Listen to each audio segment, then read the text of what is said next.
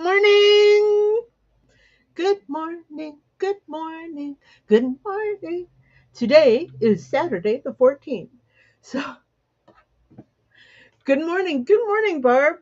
Barb's here. Good morning. Good morning. Hello, Barb.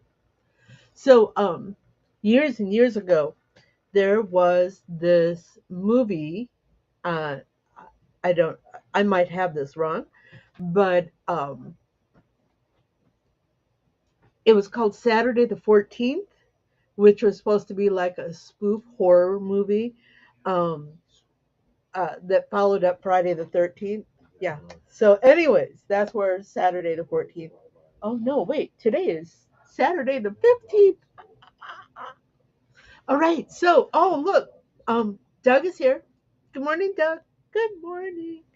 So, you know, 2 weeks ago now, I went to Impressions Expo in Long Beach, specifically to take the toolkit embroidery digitizing classes that were it was like a workshop, an all-day workshop that included um, my favorite people. Hey, good morning, Renee. Renee said he's going to make a point to be here today because he wants to learn how to make tiny text. Yes.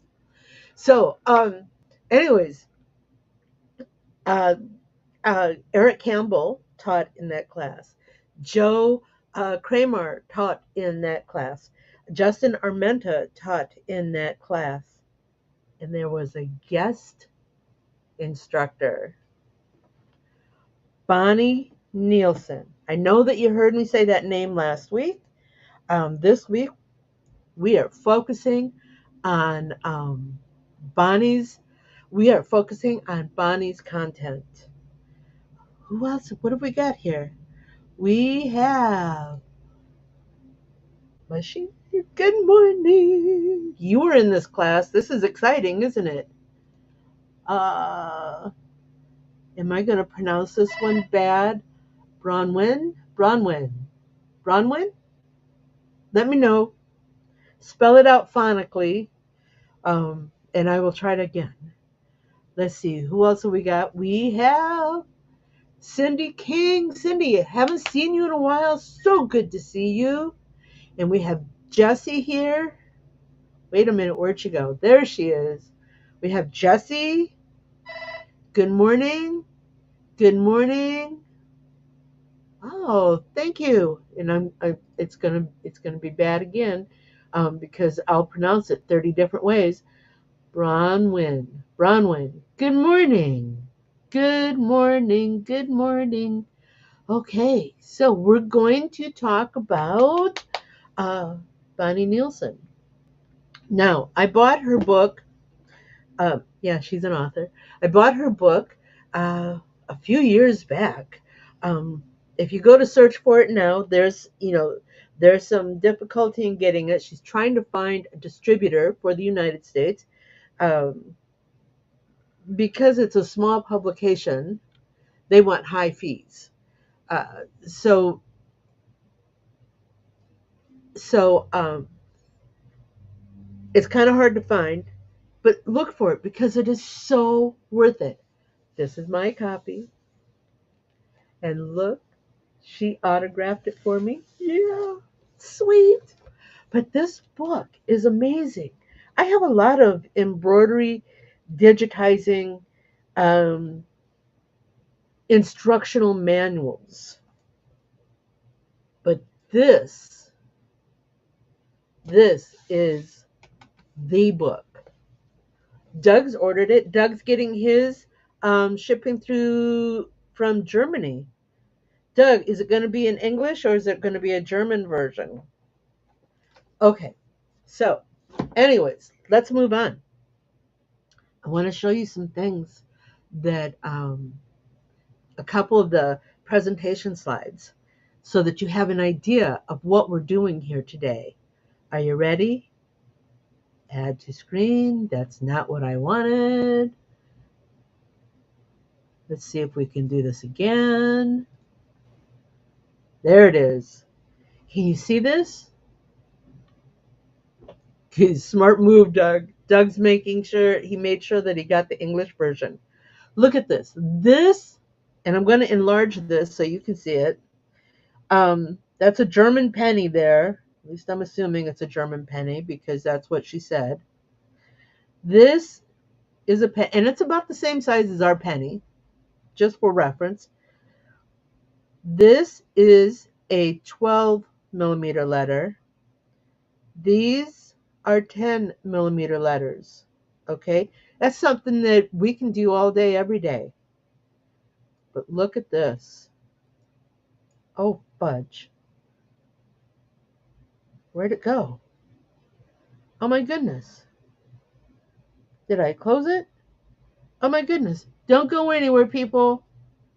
Don't go anywhere because that was bad. There it is. Let's try this again. Oh my goodness. What is the problem here? Does it not want me to enlarge and move it? I'm going to try one more time. Do you see this right here? This is 3 millimeters. Do you know how big 3 millimeters is? Actually, I should use the term, do you know how small 3 millimeters is? 1/8 of an inch. 3 millimeters. Yep. 3 millimeters is, I'm holding up my pinky here. 3 millimeters. You see this right here? This little bit of my nail. That is 3 millimeters. 3 millimeters. It's a teeny, teeny, tiny thing.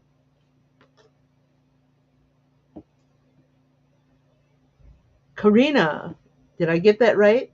Karina, welcome from South Africa. We'll not try to keep you away from your dinner. Just so you know, and Cindy's right, it's 10:07 here in the Midwest. Diane is here. Good morning. So Diane, we were just talking about 3 millimeters. That's what we're going to do today. We're going to create text that is 3 millimeters tall. 3 millimeters. Here, I want to show you something else. So we see this, again, that's that penny just to give us, oh wait, I suppose it'd help if I did that, huh? Where'd it go? Gosh.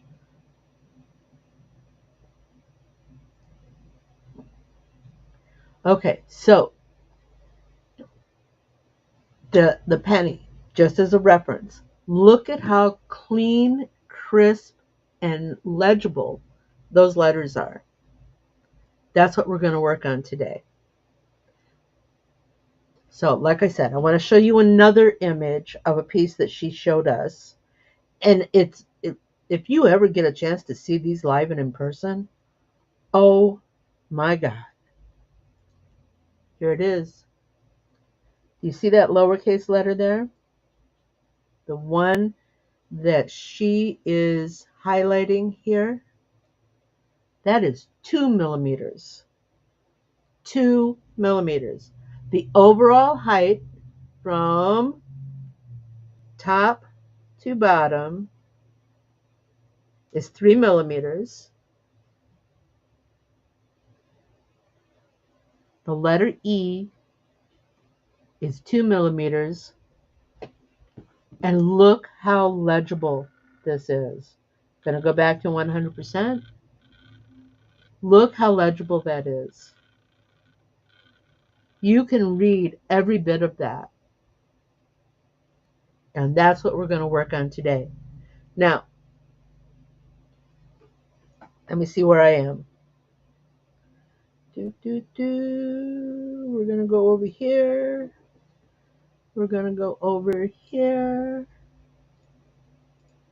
There we are.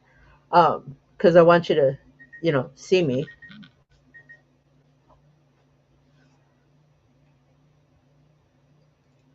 Karina, I was so excited when I heard that this was first that Bonnie was going to be there, and this is what she was going to be teaching. I was so excited. Do you know what you can do with small lettering? Yeah, we'll get into it. Okay, so what I wanted to do today was I wanted to do some experimenting so that I could show you. Um, there are three things that are going to be absolutely important. There are three things that are going to be absolutely important in your um, in your objective to do tiny lettering. Your needle. Well, let's start. Let's go back even one. Your thread size.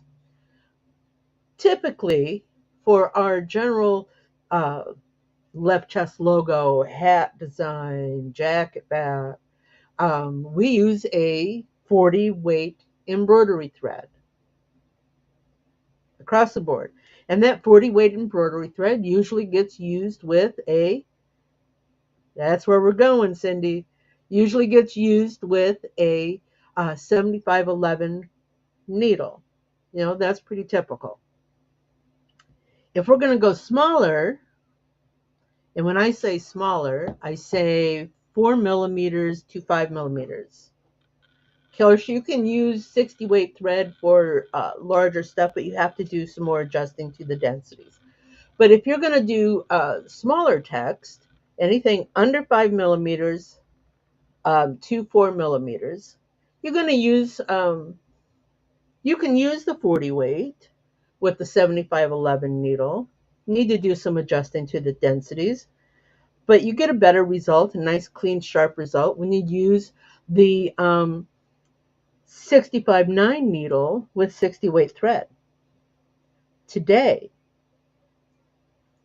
today we're going to use a 75 weight thread, and I'm sure it's out there somewhere else, but the only place I found it for myself was through Madeira, and they have little thread kits, with an assortment of threads.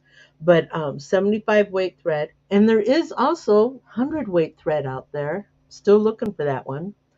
But with the 75 weight thread, I use a 60/8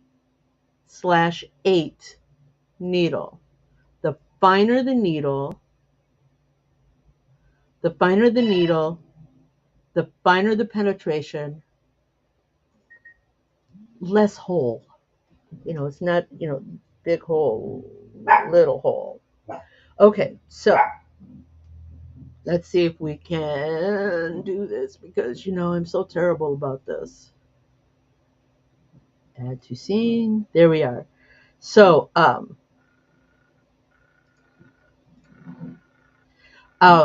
so this is what I did. I created a file. I create a file. Let's see if we can bring this up bigger for you. I created a file that ran. Oh, wait, I forgot the one part. The other part is going to be your fabric. Okay? The smaller your text, the finer weave of fabric. And we're going to show you some examples of that. So here I created a design set, a test set here. 40 weight thread using a 7511, 60 weight thread using a 65/9, 75 weight thread using a 68. The one thing I want you to see here is that all of these design files are using um, a standard block at the different sizes, 7, 5, 4, and 3 millimeter, all the way across. uses a center run underlay, and these are built-in fonts. Nothing special about them. I did no editing, didn't change any of the densities, didn't change anything about these fonts for our test. And keeping that in mind, and I can't stress this enough. If you're going to do this, you're going to do a lot of testing because you need to find the formula, the recipe that works for you and for your fabric. So, oops, come along, little doggy. This is my test. I'm going to enlarge this and hope that we don't lose it again. We're going to move it over. This was my first piece. Is that too big? Are you guys okay with that? Yes, there are a couple of block fonts. Let me see. Did I have that over here? Yeah, here. I'll just put this one up first. So up here you can see it says, I made some notes because of things I didn't want to forget to tell you. I did slow the machine down. Remember, you should always test. For each one of these, this was all stitched on the same hoop in the same hooping. I used a cutaway cutaway stabilizer with a standard 60 weight bobbin. Again, nothing special. My Wilcom ESA fonts. One was the block font was block 2. The serif font was Garmin. I used a center underlay. No edits to the design elements. When you get smaller than a 4mm size, you want to look at your fabric. It needs to have a tighter, smaller weave, and use the 75 weight thread with a 68 needle, a 60/8 needle. And you need to digitize each letter as needed using the tips and tricks taught by Bonnie. This thread, this stitch out, again, these are all the same font. The only thing that's different is the size thread I use, the size thread and needle. And I don't know if you can see it here.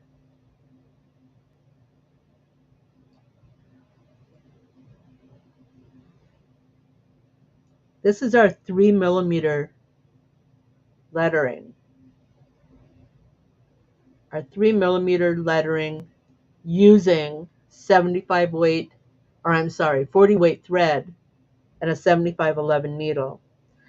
The fabric, my test fabric here is just a high thread count muslin. I use a 200 thread count. For those of you who don't know how to calculate that, it is sorry, somebody.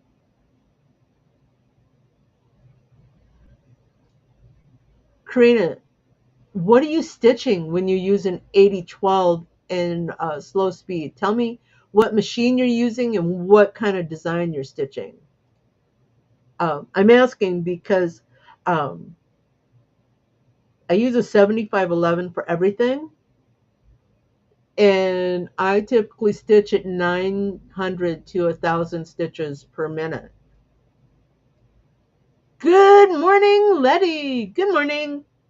We're just getting into this this whole thread thing.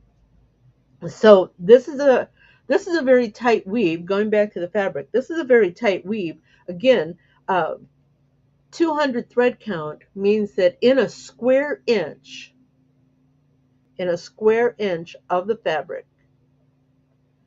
you have 100 vertical stitches and 100 horizontal stitches, and it makes for a very tight weave.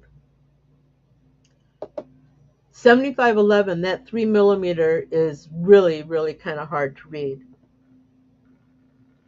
If we go over here to the, oh my goodness, evidently I don't know how to manage my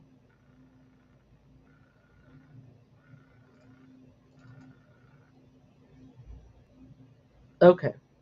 If we go over here to the 60 weight thread, you can see, I want you to compare this 3 millimeter to this 3 millimeter. It's better, it's more legible. Compared to our 75, you might even say it's better at the 60 weight thread than it is at the 75. But remember, our fabric is going to have a lot to do with that. You'll see that here in just a minute. Um, I did not change the densities on any of these, but if you look here, our 75 weight thread with our 68 needle at a standard .4 um, density, it's kind of open. You would want to close your density, and we'll get into that. So let's go back to my first test stitch. Of course, is it even here? Because you know I keep closing a bunch of these. All right. Do do do do do do do. Let's enlarge this. Let's move this over. Is that too big? This is my first test stitch.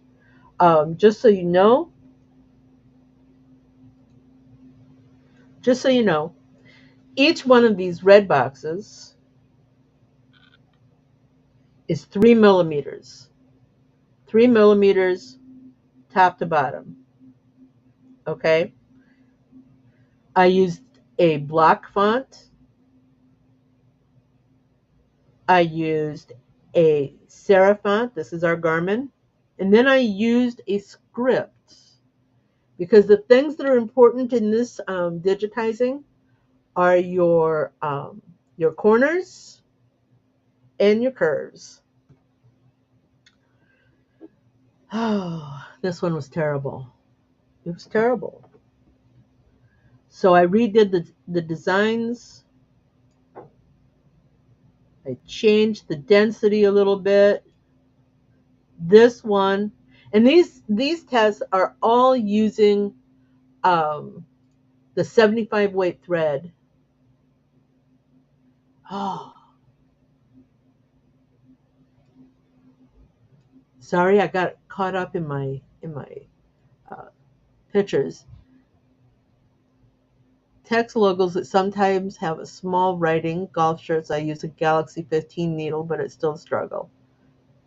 Yeah, all of these I use 60 weight bobbin thread. I did not change the bobbin thread for each of these. Even the 75 weight, I used a 60 weight bobbin. I used a .30 density because remember when we opened up that other picture, the density was not enough for the 75 weight thread. Again, these are all block. These are the same fonts, block, Garmin, and brush script. Because again, all of the curves and corners. Now, this stitch out is the exact same file as this stitch out. The only difference between the two is the fabric.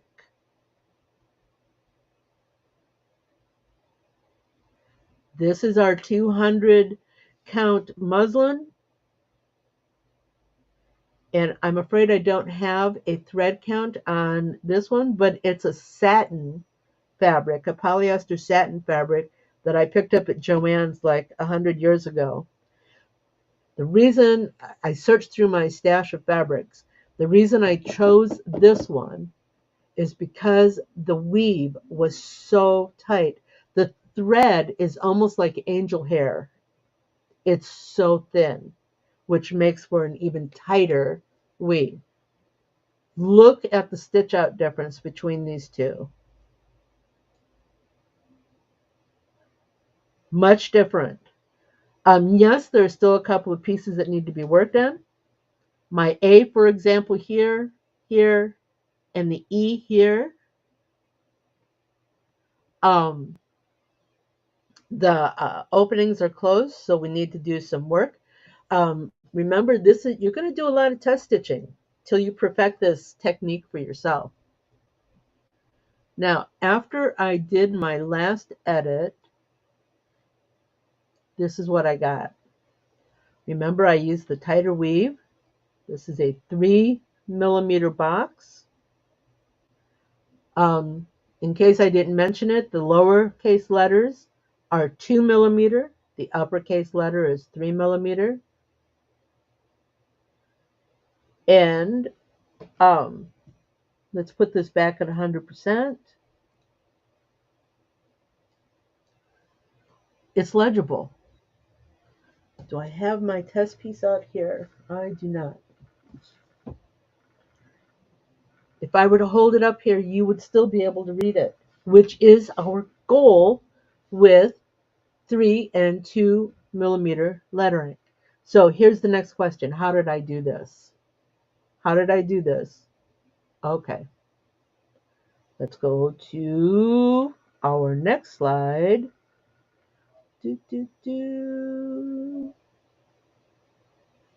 No, let's go to the software.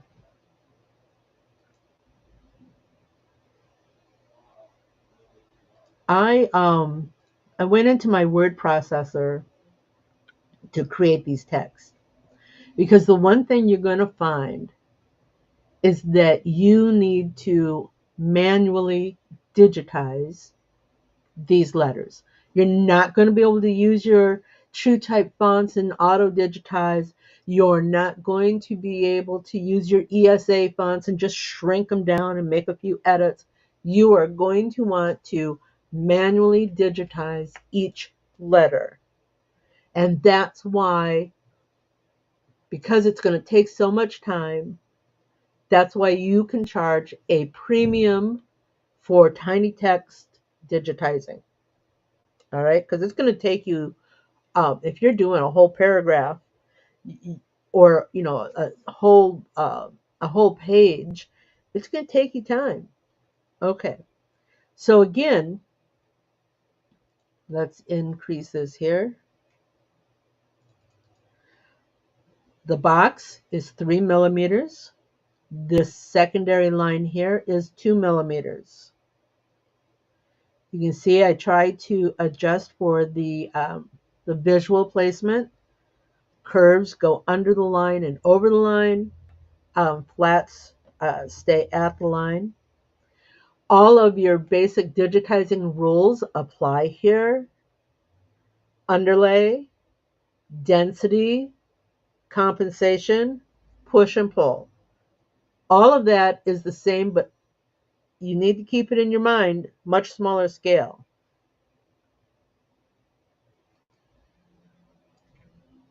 Of course, it's tiny, so it just like zooms past. I'm going to hide all of this. So again, our 3mm boxes. Now I did build each of these lines individually, and I want you to see that in some cases, select by color, blue. Oh, it's not going to unhide all. Select by color,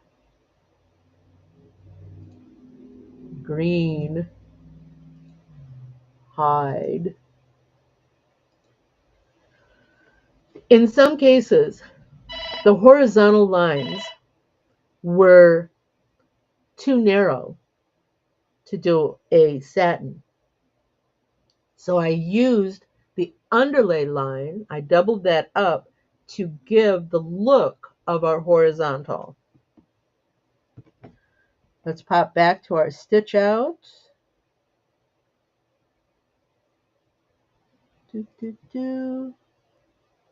For example, this E up here, if you look at this E, Can you see that it is not a satin, that it is a horizontal line? It is part of our underlay. And the same with this A. Oh, let's go down here to this script A. Your machine needs to be in really good tip-top shape, because if your tails get caught under here, there's no room to dig it out. Just saying. So, just make sure everything's in good shape. Um, okay. So these are the underlays I used for these letters. The uppercase E, again, just too narrow to put a satin. So let's open up our greens again. Select by color, green, unhide. I guess I could have just unhide all. What do we want to see here? Um,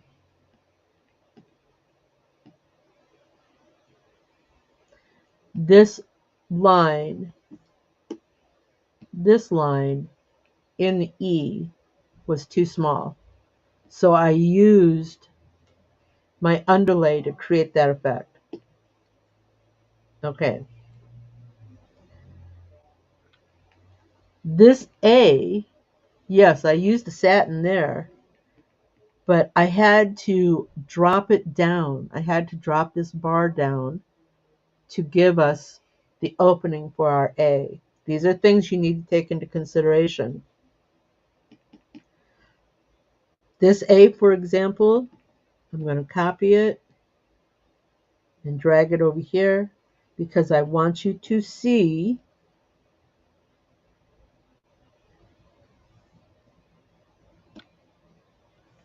Let's see, let's make it a darker color. Can you see this?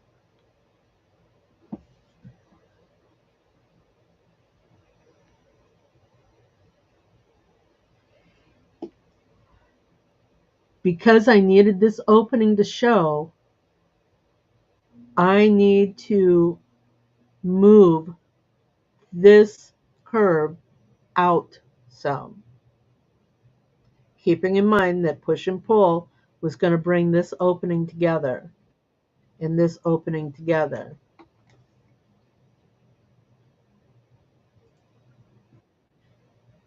And Barb, you're right. Woven and knits are two different ball games. The one thing I want to caution people regarding this is not going to work well on knits. You can put it on a knit, but you're going to want to do you're going to want to do you're going to want to do a base fabric so that your tiny letters have something to stand on. And Karina, the how small can a satin stitch embroider? That's going to depend. That's going to depend on your thread and your needle size. These columns are only 0.22 millimeters left to right. But remember, I'm using a tiny thread. I'm using a tiny needle. I'm using very tightly woven fabric. So this can work. All right. Again, that's where all the testing is going to come into play. You're going to want to do the testing. Oh, we're going to go a little bit long today. Are you okay with that? Um, so, in some cases, let's take this E for example, since we're right here. This is my underlay for this E.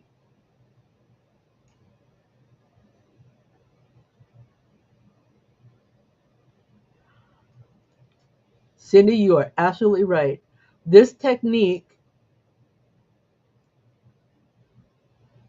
this technique is going to be very dependent on what your project is.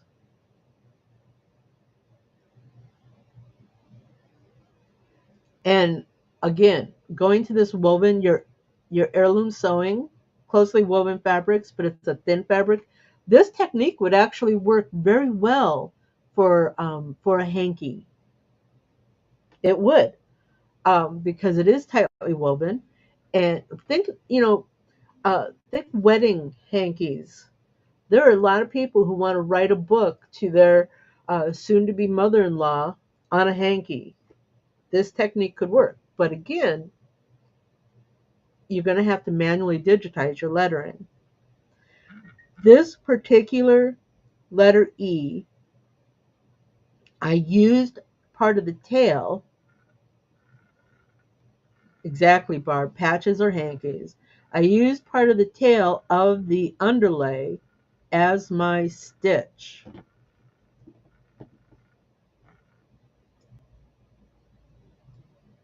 You can see that here. This is the underlay. This is the stitch. Okay, and I did that so that you can see the tail, the extension of the tail, without it getting tied up in a knot for the satin. And while we're here, I just want to mention I had no issues with the machine stitching. There were no knots, there were no bird's nests, there was nothing to cause an issue. Um, okay, so we've gone over this. Let's take a look at some of Bonnie's tips. Um, Corners. When you're doing when you're doing a standard E, a 4 millimeter, 5 millimeter E, you're just going to walk around this corner, but it's not going to be a sharp corner. It's not going to be a sharp corner. It's going to be kind of wonky. You want sharp corners, especially at a 3 millimeter size. So how do you get that? You do not go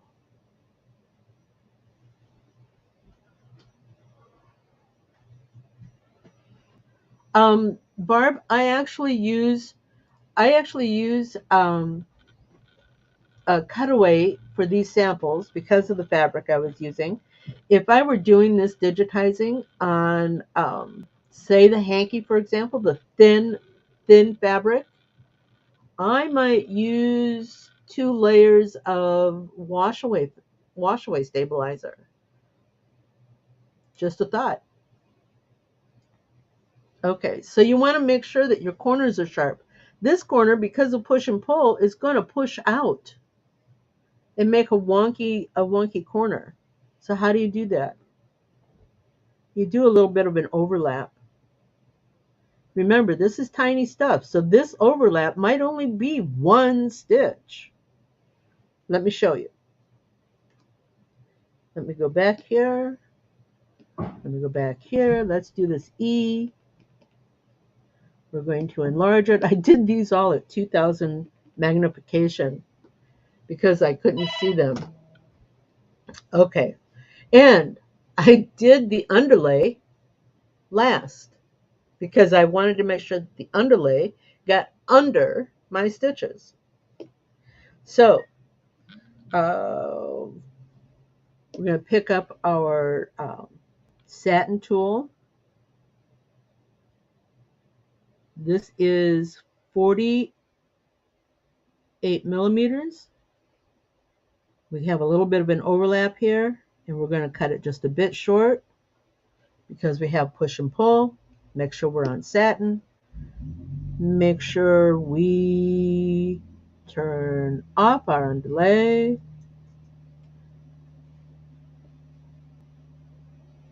Come on, enter.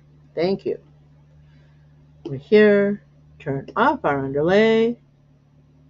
Yeah, I agree, Barb. Some of this was getting. I like to work with larger pieces. Um, Now, I made this. I cut it a little bit short because it's going to push. It's going to push in this direction. So I made it about a stitch short. And we're working at 3 millimeters, so one stitch should do it. I'm then going to come down here and again come back that one stitch. And I'm going to come out into my vertical here just a bit and come down and enter.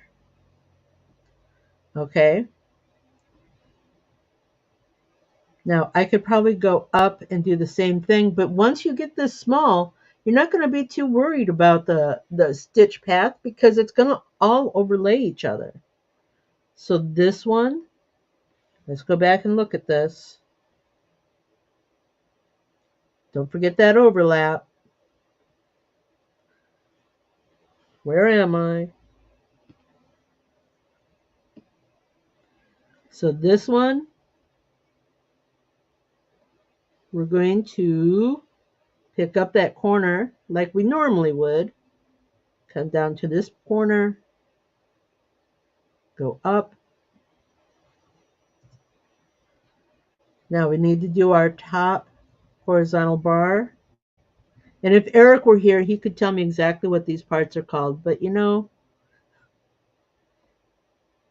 it's just me. Oh, that was the wrong edge. Sorry. So here to here, keep it short, and enter. Should I change this to a different color so you can see it? Can you see this? This is my sharp corner. I'm going to take these pieces. I'm going to change my density. And again, this is your experimenting. I like using a .3 density. I use the standard pole compensation. You could experiment and remove your pole compensation to see how it's going to stitch. And I removed all of the underlay because I am going to manually underlay this. So we have that E. Come on.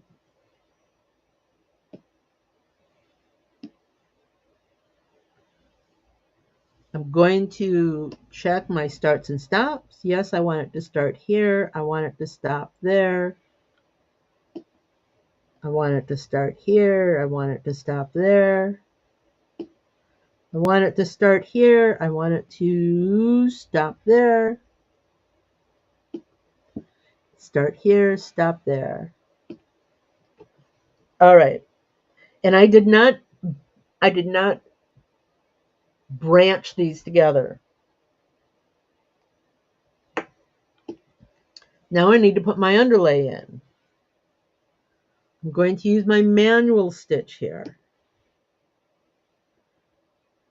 I'm going to start here and go here, come back and go down, go over and come back, go up, come over.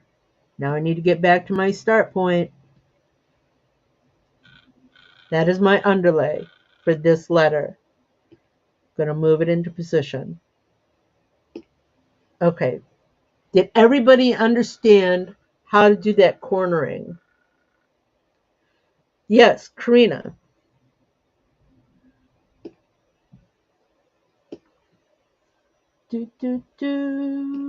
Let's move that back down.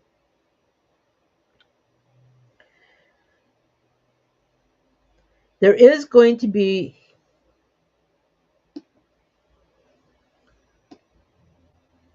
okay. This is our Wilcom software, which has this is the Wilcom um, Digital Edition 2025. It uses larger parts to show us our starts and stops. This is our start location.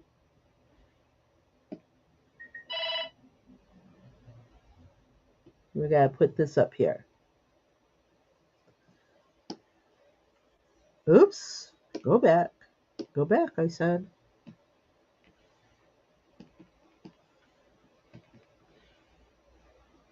Okay. I did a closest join. Um, this is our start location. This is our start location, and these are, I can't go any larger. I'm sorry, people.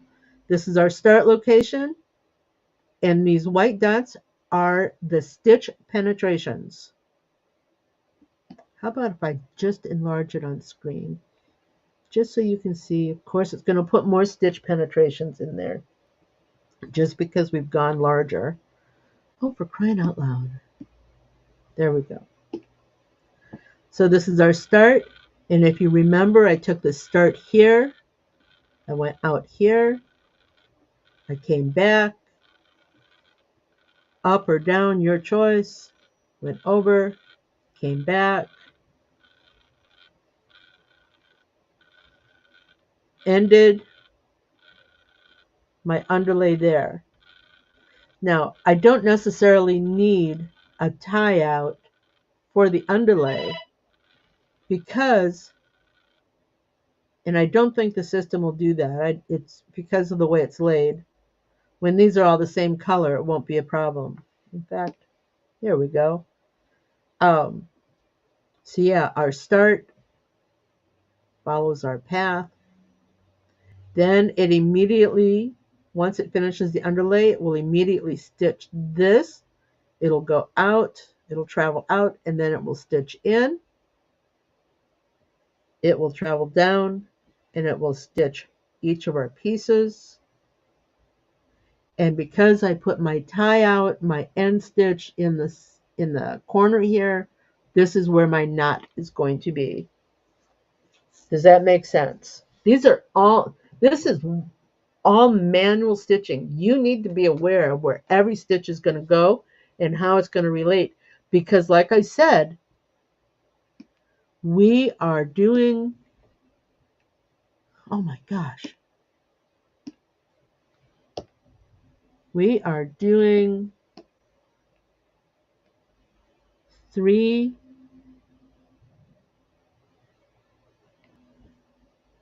millimeter letters.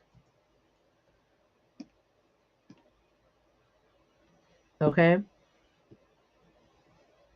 3 millimeter letters. So that's the critical point with regarding your corners. Anything that's going to have a sharp turn. If you're lettering, if you're design, whatever you're doing, um, tiny stitch work like this, if your piece is going to have a sharp point,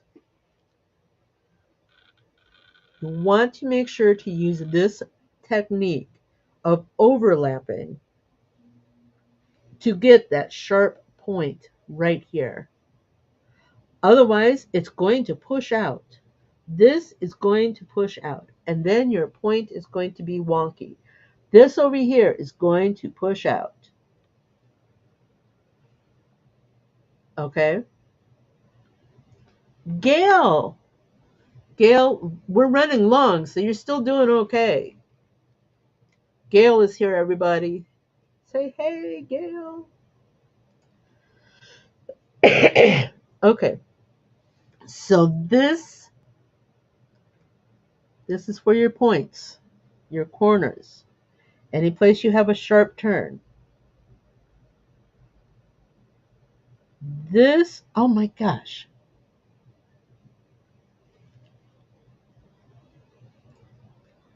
This is for your curves. Okay?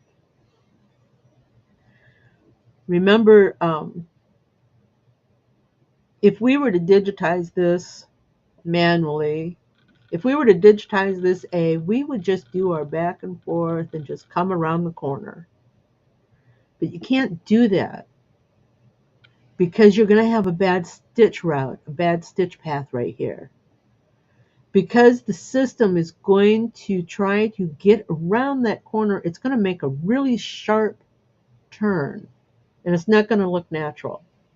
So just like with your points, you're going to want to do some overlapping here.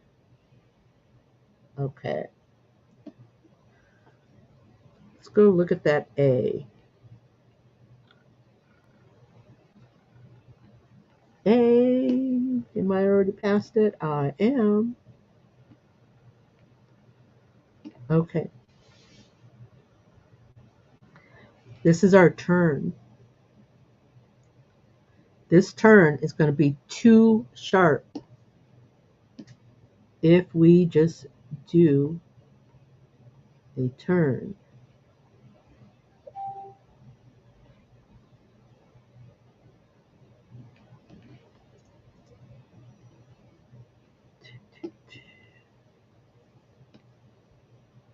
Not to mention too small. Okay.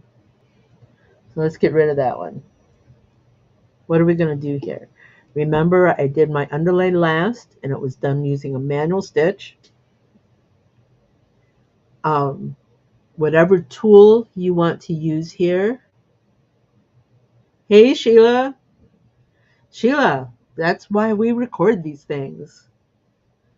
Um, we can use whatever tool we want. I am going to use this tool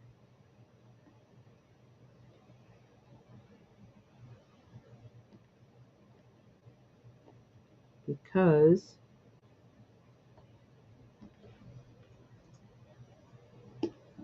and then I'm going to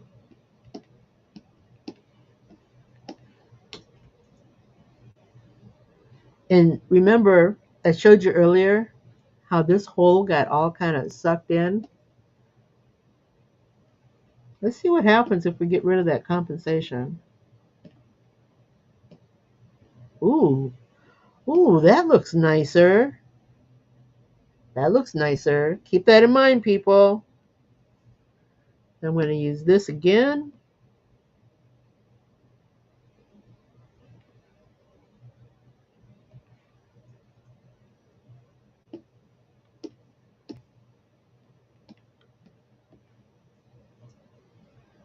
Get rid of that compensation.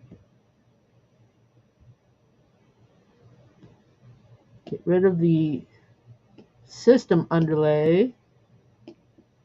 And make sure our fill, oops, is at dot 3 because that's what we're liking here.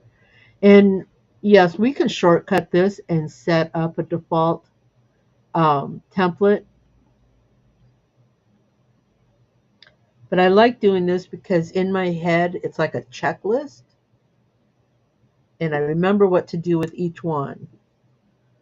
Okay, so I'm going back to this tool because I'm going here.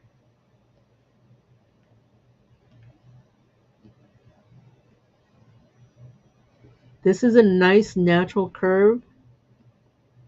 You don't need to worry too much about going around that edge. Don't forget to push and pull, so you want to cut that a bit short, which I forgot down here. So we're going to come back and move this up a little bit. And again, we're going to come in and we're going to change our density because I like the dot 30. Going to get rid of our underlay. And we're going to get rid of our compensation. And then we're going to look at this. That looks like a nice letter.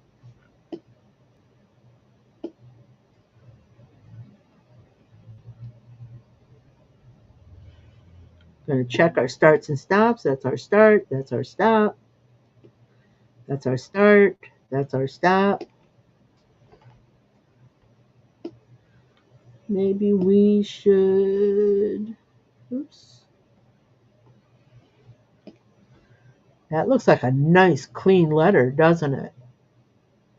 I'm excited to stitch this one, but I need my underlay. And because my start is here, that's where I need my underlay to end. So how am I going to do that? I'm going to get my manual stitch. I'm going to change this color. I'm going to pick up my manual stitch, which is in green, and I'm going to think about this pathing. I'm going to come down here. And remember, with a manual stitch, you have to... Hey, Debbie, good morning. With a manual stitch, you have to place each stitch penetration where you want it.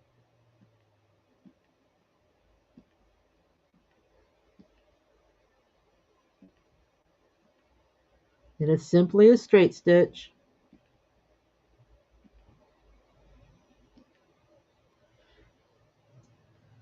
All right. I'm going to put it, where are you? Yeah, I should change this to a different color. There we go. We're going to take that, we're going to move it up where it belongs. Going to make a matching color, and then we're going to double check our starts and stops. We know that it stopped here. Oops, let me just change this for you. Get rid of that. All right, so we started in our start and our stop. This works. Our start and our stop. Our start and our stop looks like it came down here, which is fine. Yep. So that's how you want to handle your curves. If it's a sharp curve like you have at the bottom of this A, you want to break it into two segments. That's our underlay. You want to break it into two segments. All right. Any questions? Yeah, we went kind of long on this one, didn't we? I'm going to play with this some more. I did not think to get rid of the compensation. I am going to set up a template for under 3 millimeters. In fact, that's what I'm going to call the template, under 3 millimeters. And I'm going to set the standard, my densities to, I'm going to set my satin function to .30 density, no underlay, no compensation. Let me get myself up here. Let me go over and look for some questions. Gail, if you after you've watched this, if you have any questions, don't hesitate to send me a message. Whether you send me a message by email to quick to stitch, where are we at? Oh, I don't have it. Email at quick2stitch@gmail.com, or you send me a message on Facebook to Needles McKee. I will be happy to help clarify any of this. Like I said, we're going a bit long here, and I'm sorry for that, but this technique takes more.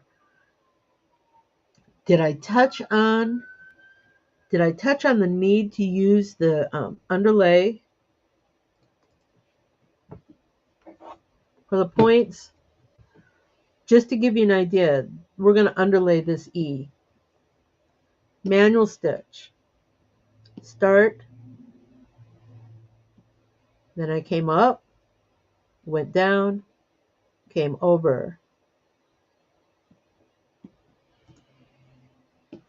To get, you're welcome, Cindy.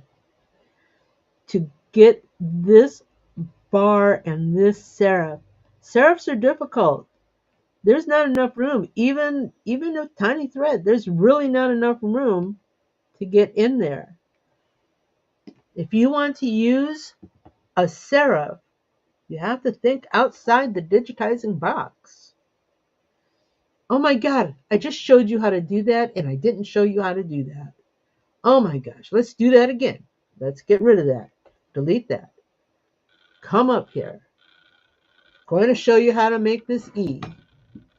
Using my manual stitch, I pick up the stitch, and remember, sometimes because there's not enough room for your thread in a satin stitch, you need to use your underlay as your display stitch. So I make stitch, stitch, stitch, up, down, and I put the space there to give it some volume. Stitch and back, and there you are. All right. And Karina, yes, if you're stitching on a knit, this technique, they are so small that they're just going to fall in. Here I go again, talking at you, but you can't see what I'm doing. I'm using my hands to gesture, but yeah, you're not seeing any of it. There we go. So if you're going to stitch on a knit, if you're going to stitch these teeny tiny letters on a knit, those stitches are going to fall into the knit, right? They're going to fall in. You need to give them something to sit up on. And your water soluble, your Solvay type clear topper is going to do that for you. All right? All right. All right. You know, this took me a little bit to put together this week. And I don't want to short you on the next one. I'm going to talk to you about sewing thread. But I think I'm going to give myself an extra week to put all of that together, all of the samples, all the stitch outs, all the tests, all the design files. So next week is just going to be something. But the week after that, we will feature the instruction that we got at Impressions Expo from Joe Kramer. All right? So not next week, but the week after. And thank you, everybody, for being here. Okay, so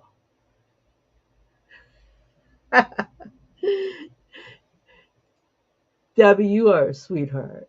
Thank you so much. All right, so here we go. I'm going to try to do our end. You ready? Here we go. Fun? Do you have more questions? Do you want to learn something new? Join me at quicktostitch.com for coffee and conversation, and we'll talk about it. Embroidery machines, designs, and business. Hope to see you soon. Bye now.